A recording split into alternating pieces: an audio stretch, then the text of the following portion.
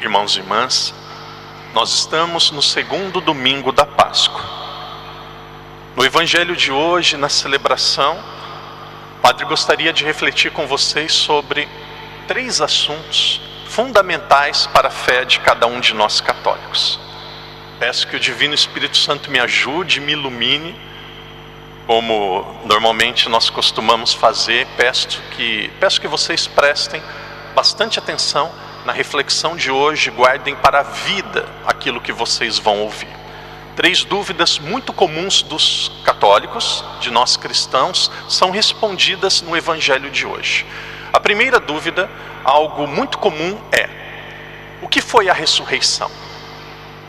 O que aconteceu depois da morte de Jesus? Se alguém que não é católico, uma pessoa de outra religião, ou até uma pessoa que não acredita em Deus, perguntasse para você, perguntasse para o senhor e para a senhora, e o padre vai falar sobre os 3 assuntos, fazendo perguntas, e depois eu respondo as perguntas. A primeira delas: o que foi a ressurreição? O que aconteceu? Aqui existe uma dúvida e muitas vezes uma confusão na cabeça de nós que somos católicos. Com muita humildade eu preciso dizer que na faculdade de teologia, em uma sala de aula, eu como diácono, aprendi errado o que foi a ressurreição. Me recordo até hoje, o professor já é falecido, rezo por ele, que Deus tenha misericórdia que ele esteja no céu. O professor dizia assim: a ressurreição foi isso. Os apóstolos, eles tiveram uma experiência tão linda com Jesus, como nós tivemos com pessoas que já faleceram, que aquela experiência ficou guardada de uma forma tão linda no coração deles, que Jesus continuava vivo na memória e no coração. A ressurreição é uma experiência espiritual com alguém que estava no céu e com alguém que foi importante na nossa vida. Não é isso. Não é isso. Jesus morreu e foi apenas uma experiência espiritual, uma experiência emotiva. Não é isso. Outras pessoas também acreditam. Conversando com a minha mãe ontem, ela dizia assim: filho, aconteceu algo no mínimo curioso. Um senhor estava muito doente, ele faleceu, ele ficou 20 minutos falecido. Os médicos ficaram reanimando, e depois de 20 minutos ele voltou à vida. E hoje ele está em coma, está numa situação de vida muito difícil. Já aconteceu na história alguns exemplos assim. Lázaro, ele morreu e depois ele reavivou, começou a andar e começou a ter vida novamente. Existia um representante do Império Romano, Jairo, a filha dele morreu, Jesus rezou e ela voltou a ter vida novamente. Isso é um reavivamento. Não foi isso que aconteceu com Jesus. Porque aquelas pessoas que foram reavivadas, como Lázaro, continuavam comendo, continuavam dormindo, continuavam tomando banho, continuavam com fome. O que aconteceu com Jesus foi totalmente diferente. Jesus, ele voltou a viver, mas ele voltou a viver de uma forma diferente, sem as necessidades humanas. Jesus, ele morreu, o corpo dele volta a ter vida, mas é uma vida que não tem sede, que não tem fome, que não tem medo, que não tem as necessidades biológicas que nós temos. E isso um dia vai acontecer com cada um de nós. Na segunda vinda de Jesus, nós também vamos ressuscitar. O nosso corpo também vai ressuscitar. Nós vamos ganhar um corpo novo, um corpo glorioso, um corpo que não se machuca, um corpo que não tem feridas, um corpo que não tem fome. Essa é a ressurreição. Existe uma vida física, biológica, mas ela é diferente, porque ela não tem as necessidades humanas. Então isso é a ressurreição. A ressurreição é algo que acontece no tempo, mas que ultrapassa o tempo. A ressurreição é algo que acontece no corpo, mas que o corpo deixa de ter as necessidades comuns e biológicas que ele sempre teve. Então foi isso. Jesus não apenas voltou a viver como alguém que tinha morrido e ganha vida de novo. Não, ele vive de uma forma diferente, para criar uma nova forma de vida, e um dia nós entraremos nesta forma de vida. Então isso é a ressurreição. Não é um fantasma, não é uma experiência espiritual apenas, não é um reavivamento, mas é uma nova forma de vida que antecipa aquilo que vai acontecer com cada um de nós. Essa é a primeira questão. A segunda questão, muitos católicos fazem esta pergunta e têm todo o direito. Será que nós católicos podemos nos confessar apenas diretamente com Deus? O padre também peca. Por que eu não me confesso diretamente com Deus? Por que eu preciso me confessar com um padre? Por que eu preciso me confessar com outro homem como eu, que possivelmente também erra, também falha? Por que eu preciso da confissão? Eu posso me confessar diretamente com Deus? Então, o padre não vai dar a opinião dele. Depois, quem quiser, leia em casa. Nós vamos prestar atenção, nós vamos ouvir a Bíblia. A Bíblia é a palavra de Deus. Nós vamos ouvir a Bíblia.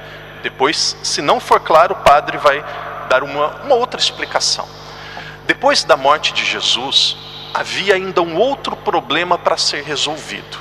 Os apóstolos precisavam ser perdoados. Eles tinham traído Jesus. Jesus sabia que nós iríamos falhar. Jesus sabia que nós iríamos errar. Mais ou menos entre o ano 1856, nascido na Áustria, até 1939, viveu um grande cientista, psicanalista, inventor da psicanálise, Sigmund Freud. Freud, ele conseguiu descobrir que nós temos algo chamado inconsciente.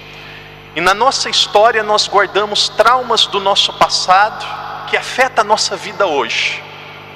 Então, através da psicanálise, Freud ele começou a dizer que quando a pessoa ela externaliza as suas dores, ela externaliza os seus traumas, ela externaliza os seus problemas, começa a acontecer uma cura e a pessoa ela pode viver melhor. Ele não usou estas palavras, mas aquilo que ele queria dizer é: o perdão tem uma forma, tem uma capacidade medicinal.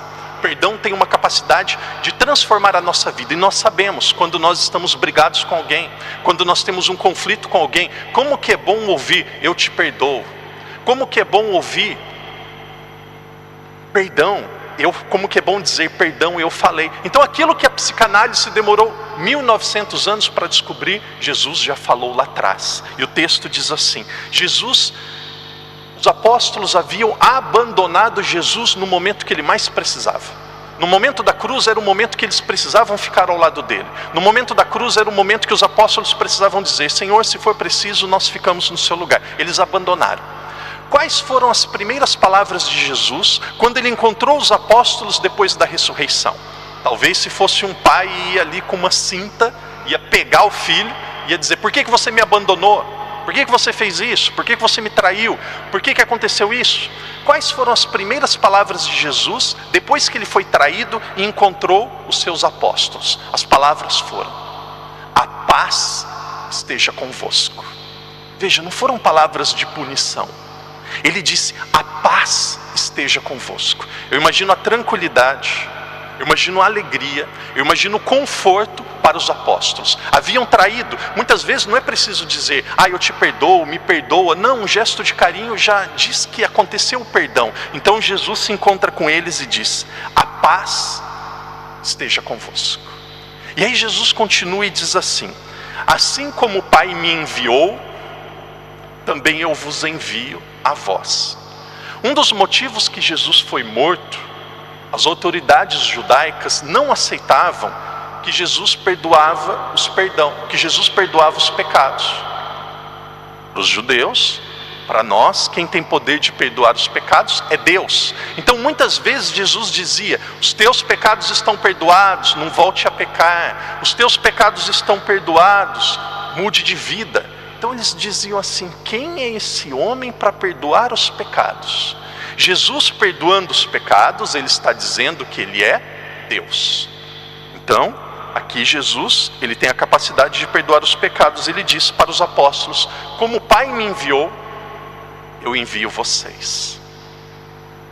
Dito isto, soprou sobre eles e disse-lhes: recebei o Espírito Santo.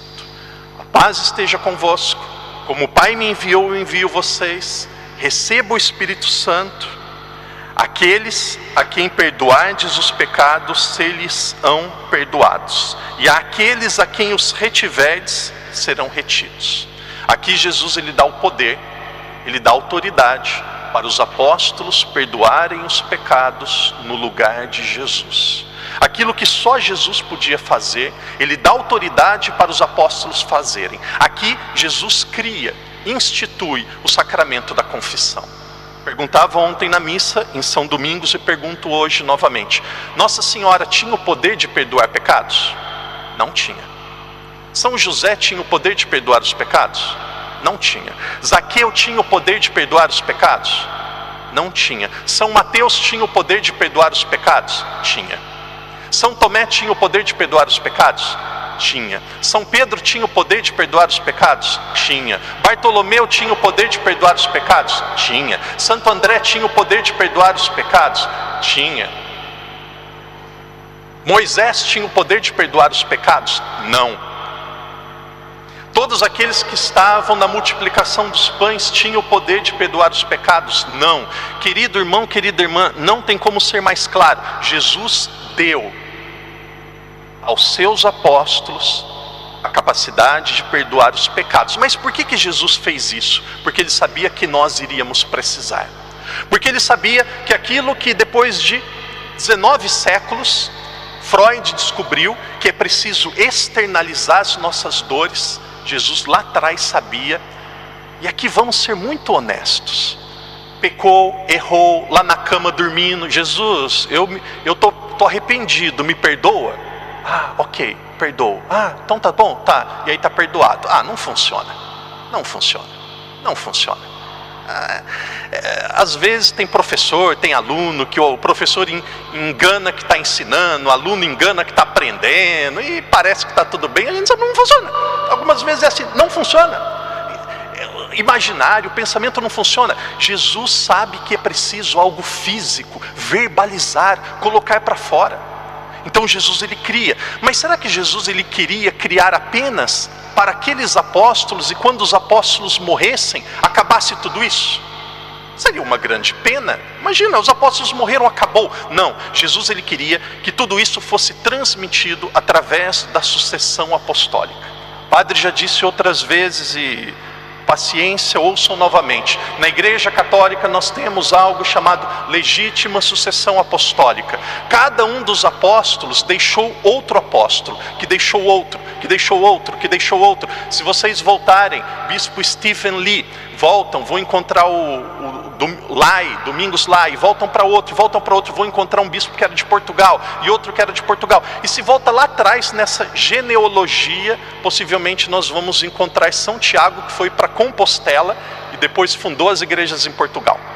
Todo bispo ele vem dos apóstolos. Jesus ele deu autoridade para os apóstolos. Olha a sucessão de Pedro, que coisa linda, isso que me fez ser católico. Pedro morreu, ficou Lino. Lino morreu, ficou Anacleto. Anacleto morreu, ficou Clemente. Depois ficou Evaristo. Depois ficou Alexandre. Depois tem Higínio, Telésforo, Agiteto, Eleutério. Até nós chegamos em Francisco. 266. Na igreja protestante não existe. Eles saíram da sucessão apostólica. Então, quando os apóstolos ordenaram outros bispos, o poder de perdoar os pecados foi transmitido também àqueles outros bispos. O poder de celebrar a Eucaristia também foi transmitido àqueles outros bispos. E como a igreja crescia, os apóstolos perceberam que um bispo não dava mais conta. Era preciso auxiliares, era preciso ajuda, era preciso colaboradores. Então o bispo começou a ordenar os padres. O padre, ele participa do sacramento, da ordem que o bispo tem. Então, querido irmão, querida irmã, são palavras muito claras, Jesus dizendo: aqueles a quem vocês perdoarem os pecados, serão perdoados. Aqueles a quem vocês retiverem, serão retidos. Existem dois pecados que expulsam a pessoa da igreja. que a pessoa automaticamente deixa de ser católica. Ela pode voltar, mas 2, o aborto. Uma pessoa que cometeu aborto, ela está expulsa, excomungada da igreja. Precisa procurar um padre urgentemente, fazer uma ótima confissão. E outro pecado é um padre que conta segredo de confissão. Eu não quero deixar de ser padre. Um padre, se algum dia algum padre contar segredo de confissão, ele deixa de ser padre na hora. Já disse outras vezes e conto novamente. Aqui acontece um milagre, eu agradeço a Deus. Quando a pessoa sai do confessionário, eu não lembro mais nada.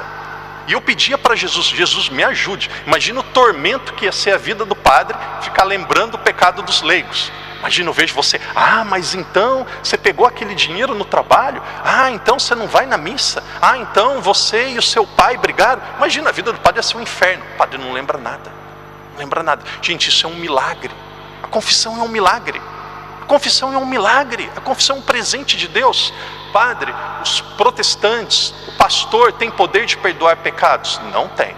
O poder de perdoar pecados foi deixado por Jesus na igreja dele para a legítima sucessão dos apóstolos. Na igreja fundada por Jesus. Padre, como que eu faço uma boa confissão? Primeiro se prepara, veja os seus pecados. Quando você se aproximar do padre, diga assim: Padre, abençoai-me porque eu pequei. Padre, a minha última confissão foi 1 mês atrás, 1 ano atrás, 10 anos atrás, 40 anos atrás. Padre, os meus pecados são... Depois que terminou os pecados, ó meu Jesus, eu me arrependo de todo o coração de ter vos ofendido. Com a tua graça, ajudai-me a não mais pecar. Acabou. O padre vai dar o remédio, que é a penitência. Você cumpriu a penitência, para Deus a sua vida começa a partir daquela confissão. Começa a partir daquela confissão. Deus um dia ele vai nos julgar no céu. Sabe a partir de quando que vai começar o seu julgamento? A partir da sua última confissão. Aquilo que aconteceu da confissão é justo? Não sei se é, mas Deus ele quer assim. Aquilo que aconteceu da confissão para trás... Padre, às vezes pessoas dizem: Padre, cometi um aborto na minha infância. Padre, não sabia o que fazer, cometi um aborto. Já confessou? Já. Esqueça. Acabou. Não fica mexendo em coisa que não existe mais. Acabou. Padre, eu cometi um erro. Padre, uma falha no meu casamento, uma falha no meu trabalho. Confessou, acabou. Padre, então é tão bom, né, Padre, a confissão, vou confessar todos os dias. Não, aí está brincando com o sacramento também. Para os pecados veniais, os pecados mais simples, na igreja existe, na missa. Cada parte da missa, um dia nós vamos fazer formações só sobre as partes da missa. Na missa existe uma parte, um momento que se chama... O padre não está ironizando, estou falando de forma simples para ficar claro. Existe uma parte da missa que se chama ato penitencial. Ele não perdoa pecados mortais, mas o ato penitencial perdoa os pecados simples. Padre, perdi a paciência e briguei com meu filho. Peça perdão no ato penitencial. Padre, fiquei com preguiça de rezar ontem. Pede perdão no ato penitencial. Padre, de repente tive um mau pensamento, rezei e passou. Pede perdão no ato penitencial. Padre, pisei no rabo do cachorro, não devia fazer, pede perdão no ato penitencial. São pecados simples, pecados do dia a dia, pecados comuns. Padre, perdi a paciência, eu perco direto. Ato penitencial é para isso. A igreja é sábia. Agora, aquilo que é um pouco mais sério, Jesus sabia que nós precisaríamos, sabia. Qual que é a missão do padre? A minha missão não é convencer ninguém, não preciso convencer ninguém, preciso mostrar aquilo que Jesus está fazendo. Não vou me confessar com o padre porque o padre peca. Nunca mais vá ao médico, porque o médico também fica doente. Seja coerente. Não. A nossa consciência sabe, o nosso coração sabe que nós precisamos de perdão uns dos outros. Nós também precisamos do perdão de Deus. O que é a ressurreição? Ressurreição não é um reavivamento, não é uma experiência espiritual. Não, a ressurreição é Jesus, ele volta a viver, mas volta a viver sem as necessidades ordinárias do corpo. O que é confissão? Um sacramento instituído por Jesus, deixado à sua igreja, transmitido através da sucessão apostólica que perdoa os nossos pecados. Terceiro e último, o padre vai ser muito breve. Algumas pessoas dizem assim: padre, rezar em casa e rezar na igreja é a mesma coisa? Padre, participar da missa, tem muitas pessoas que nos acompanham agora e recebam a bênção do padre, que nos acompanham através da TDM, que nos acompanham agora através do canal do YouTube da nossa diocese, pessoas enfermas, pessoas com dificuldades, pessoas cuidando de enfermos. Essas pessoas, graças a Deus que tem a TV, mas querido irmão, querida irmã, não é a mesma coisa. Eu sou brasileiro, eu gosto muito de churrasco, barbecue. Eu assistir e participar de um churrasco pela televisão e participar de um churrasco fisicamente, tem uma diferença muito grande. Eu prefiro fisicamente. Só assistir pela televisão, um bom prato de bacalhau, eu vendo a foto e eu indo no restaurante, pegando o garfo e colocando na minha boca, a diferença é enorme. Por que eu tenho que vir na missa? Porque só na missa tem a Eucaristia. Só na missa tem o corpo de Cristo. Só na missa tem a Eucaristia, que é o centro da nossa vida. Tomé, ele precisou falar: se eu não tocar, eu não acredito. Por que ele precisou tocar? Por que ele precisou desta prova de Jesus? E aqui está a resposta: porque quando Jesus apareceu, ele não estava na comunidade, ele não estava com os apóstolos. E aí depois, quando Jesus apareceu de novo, ele viu Jesus. Por quê? Porque ele estava na comunidade. Queridos irmãos e irmãs, o padre diz com todo carinho e com todo respeito: nós que somos católicos, muitos aqui trabalham o dia todo, muitos aqui têm vários filhos, muitos aqui têm muitos compromissos. Querido irmão, querido irmão, o padre diz para quem tem fé: o nosso domingo deve ser assim, missa. O restante eu vou organizando e faço aquilo mais que eu conseguir. Às vezes eu fico triste. Mãe diz assim: padre, minha filha não pode ir na igreja, não pode ir na missa. Mas por quê? Porque tem balé, porque tem paraquedismo, porque tem alemão. Meu Deus, ótimo, precisa de tudo isso. Balé, piano, montanha, tudo isso precisa, mas organiza. Mas o domingo começa com a missa, o domingo começa com Deus. Nós precisamos de Deus. Que Jesus nos ajude. Durante a semana, organize do jeito que cada um quiser, mas que domingo Jesus nos ajude, Ele a ser o centro da nossa vida. A nossa igreja é a nossa casa. Daqui a pouco o padre vai embora, daqui a pouco o bispo vai embora, daqui a pouco muitos leigos vão embora. Vocês, filhos, netos, amigos, continuam. Essa igreja é de vocês. Por isso que a igreja é a nossa casa. Um católico deve ter saudades da Eucaristia. Que Jesus nos ajude, quando necessário, pelo menos uma vez por ano, procurar o sacramento da confissão, pelo menos uma vez por semana recebemos a Eucaristia e acreditarmos na ressurreição do Senhor. Esta é a nossa fé católica.